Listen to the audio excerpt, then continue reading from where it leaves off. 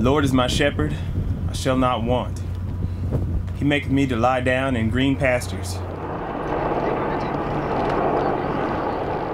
It happened 3 weeks ago while on a mission deep in Afghanistan. Michael truly lived up to his name in that he was a prince among men.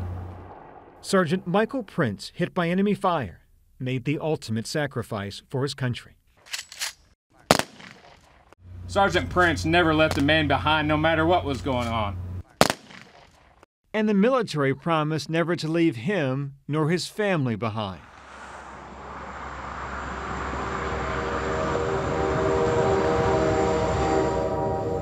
I caught something out of the corner of my eye. And when I looked up, there they were. 2 men in uniform. I knew when I seen them, they were there to tell me that my husband had been killed. Sharina Prince's husband was 28-year-old Sergeant Michael Prince of the Oklahoma National Guard, a family man, a local policeman who joined the Guard 11 years ago.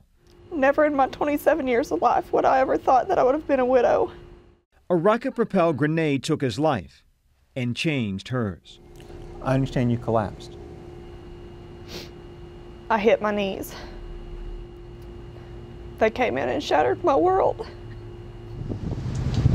It's bitter news the military delivers the same way each time.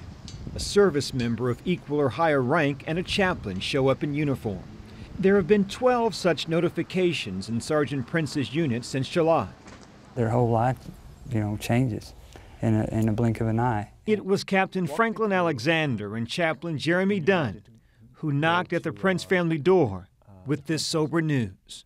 The Secretary of the Army has asked me to express his deep regret that your husband, Sergeant Michael Prince, was killed in action in the Segal Valley of Afghanistan. You don't read this off a card, No, off a piece of paper.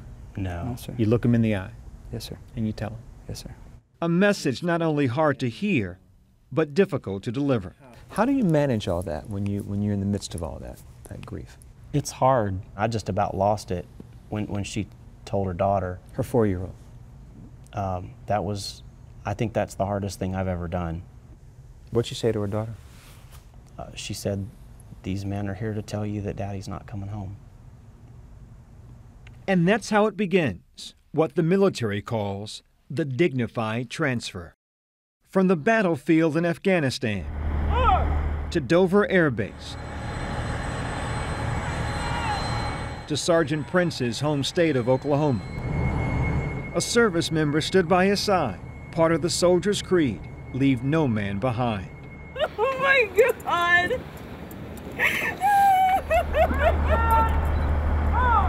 When the sergeant's remains arrived at the Oklahoma City airport, his wife, his family, and close friends were waiting.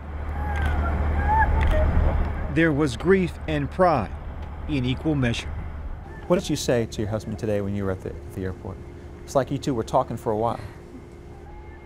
That I just loved him. He was my best friend. And that there was nothing that I could do to make him better. That's what you're supposed to do when you're a wife, is make things better.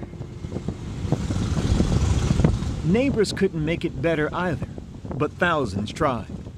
For 38.5 miles, Sergeant Prince's body was transferred to his hometown of Minko. Oklahomans lined the highway, back roads, small towns. School was let out early, businesses closed. For nearly an hour, friends, neighbors, strangers stood still.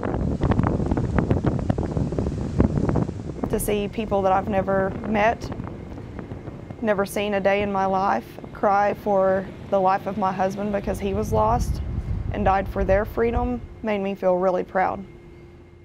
Before the memorial service, Sharina Prince spent a few quiet moments alone with her husband. An officer had helped her pick out the casket. The commander of the Oklahoma National Guard offered his condolences. And I want to just tell you how sorry I am for your loss. And Listen closely. You can hear her heartbeat. Such a personal hurt like this. Why talk to us? Because I think it's important that people know what goes on after the knock at the door. The dignified transfer ends with the funeral. Left. A Purple Heart for the warrior's widow, and hearts broken for their loved ones left behind. It is my distinct honor and privilege to present this flag on behalf of the President of the United States, the Secretary of the Army, and the people of a grateful nation. What do you want America to know about your husband? That he's a hero. Hero is a word people use a lot in this country these days. He left his home, his wife, his 2 girls, to willingly give his life in defense of freedom for people that he doesn't even know. That, to me, is a hero. Yeah. And not the last one. Within hours of Sergeant Michael Prince's burial, before the sun would set over his grave, another member of his National Guard unit was killed in Afghanistan. Another dignified transfer, and almost certainly not the last.